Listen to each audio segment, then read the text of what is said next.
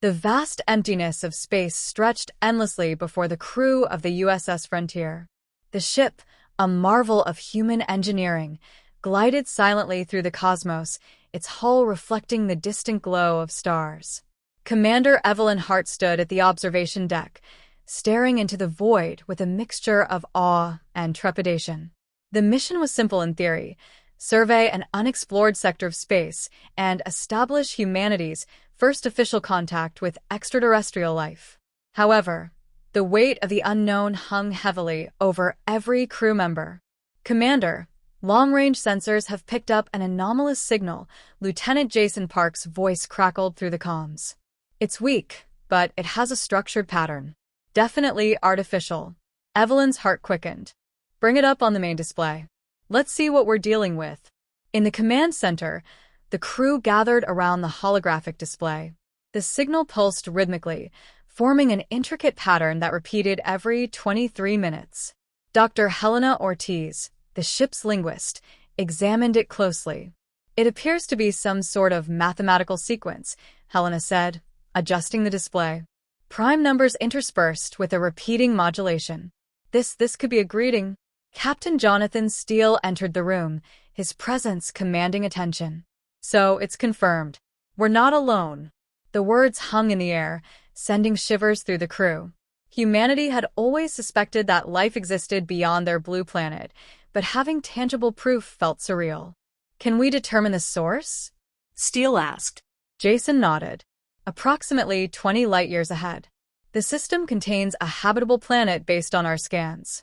Oxygen atmosphere, liquid water, and possible signs of artificial structures."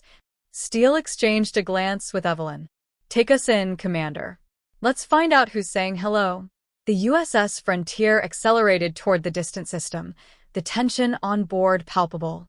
Every crew member understood the historical significance of their mission. As they approached the planet, the view screen revealed a breathtaking sight: an Earth-like world with swirling blue oceans, verdant land masses, and vast cloud cover. "Scanning the surface," Jason reported, detecting energy signatures and what appear to be massive structures. "Some resemble cities, but they're unlike anything we've seen before." Helena leaned closer. "No visible signs of movement. Could be abandoned." Evelyn frowned. "Or they're waiting for us." Steele took a deep breath. "Prepare a landing party. Let's make history." The landing shuttle descended through the thick atmosphere, buffeted by strong winds. The planet's surface came into view, revealing towering spires that pierced the sky, their metallic surfaces glinting in the sunlight. The landscape was a mixture of lush greenery and technological marvels, blending seamlessly as if nature and civilization had coexisted in harmony. As they touched down in an open plaza, the silence was deafening. Evelyn stepped out first, scanning the area with her handheld device. "Oxygen levels are breathable. Temperature is comfortable. No immediate threats." The rest of the team followed, their boots crunching against the smooth, glass-like ground. Helena marveled at the intricate carvings adorning the structures. "These symbols, they look like a form of writing.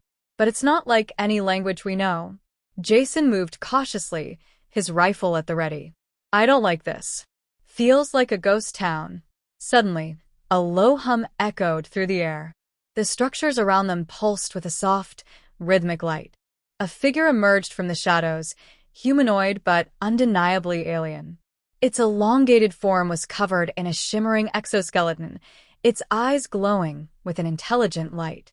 The team froze. Steele stepped forward, raising his hands in a universal gesture of peace. "We come in peace. We are explorers from Earth." The alien tilted its head, studying them intently. Then, with a fluid motion, it raised one of its forearms and emitted a series of melodic tones. Helena's eyes widened. "They're responding. It could be a greeting." Evelyn activated the universal translator, the device struggling to interpret the complex sounds.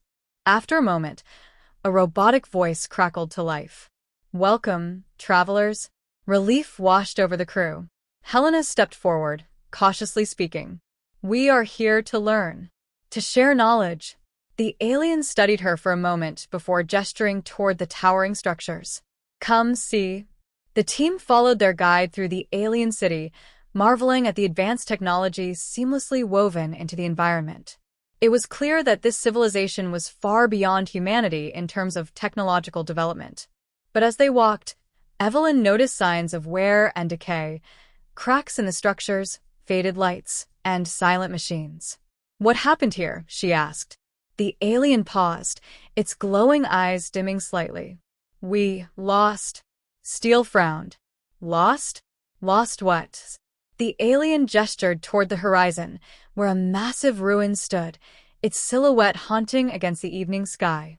"War." The implications were chilling. Humanity had always feared encountering an advanced species that might be hostile, but here was a race that had already suffered devastation. "Are you in danger?" Evelyn asked. The alien looked up at the stars. "They will come again. Soon." The crew exchanged worried glances. If an enemy capable of devastating such an advanced civilization existed, what hope did humanity have? Steele squared his shoulders. "Then maybe we can help each other."